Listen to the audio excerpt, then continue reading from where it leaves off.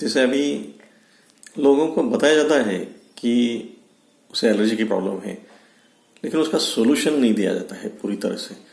जैसे काफ़ी लोग एलोपैथिक टेम्पररी दवाइयाँ लेते हैं, स्टेरॉइड्स भी होते हैं उसमें, कुछ लोग आयुर्वेदिक दवाइयाँ लेते हैं, कुछ लोग होम्योपैथिक दवाइयाँ लेते हैं। लेकिन अगर आप सही तरीके से देखेंगे तो धीरे धीरे नाक में यहाँ पे टर्मिनेट्स बोल के नाकपुड़ियाँ होती है, उसी तरह से साइनस से लेके आँख में,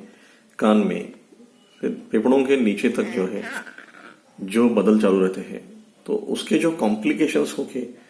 काफ़ी लोगों को स्टार्टिंग में सर्दी होना या नाक चोकअप होना, या कुछ लोगों को आँख में एलर्जी चली जाती है, तो कुछ लोगों को साइनस या हेडेक या माइग्रेन होता रहता है,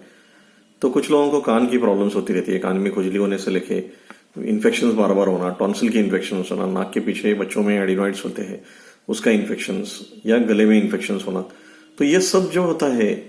उसका जो मेन कारण है वो अंदर से जो बदल एलर्जी की वजह से चालू रहते हैं, उस पे फिर सेकेंडरी इन्फेक्शंस हो जाते हैं, और फिर उसमें पोल्यूशन, जो कंस्ट्रक्शन डस्ट होती है, या जो घर में ही इंडोर पोल्यूशन बोलते हैं, जिसमें जो टॉयलेट क्लीनर्स या फ्लोर क्लीनर्स यूज होते हैं उसमें जो केमिकल्स होते हैं, वो एक प्रकार का बहुत बड़ा इंडोर पोल्यूशन है। और जो गाड़ियों का धुआं होता है वो उसमें ट्रिगर कर देता है, और उसकी वजह से और इन्फ्लेमेशन बढ़ते हुए फिर क्रॉनिक रेस्पिरेटरी डिसीजेस, उसमें खास करके काला दमा, सीओपीडी, ये 2 नंबर पे आया है। तो हमें रोकने के लिए जो है इंडिविजुअलाइज पेशेंट को अगर ट्रीटमेंट देना है तो वो पेशेंट का एक्चुअल जो धूल के कीटाणु, डस्ट माइट्स, जो अपने बेड में, सोफा, पर्दों में, या कहीं भी हम जाके पब्लिक प्लेस में बैठते हैं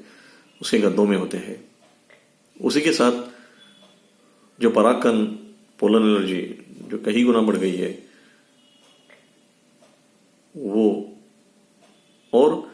अभी बारिश के दिनों में एक गंदी बास आती है कहीं पे भी, उसमें फंगस होता है। तो इवन हम सब्जियां, फ्रूट्स घर में लाते हैं उसके साथ आते हैं, हम वैसे ही फ्रीज में रख देते हैं, तो वो फंगस के पार्टिकल्स वहीं पे होते हैं। और किचन में जो फूड पार्टिकल्स, या कार में हम कुछ खाते हैं तो गिर जाता है, या बाहर से जो पोलन्स होते हैं जो आके कार में गिरते हैं वो प्रोटीन से होते हैं एक प्रकार के, तो उसमें कुछ दिनों के बाद फंगस आना चालू होता है, तो उसमें एक मोल्ड्स होते हैं। तो हम इन चीज़ों की बार बार तो कोई क्लीनिंग होती नहीं है प्रॉपरली।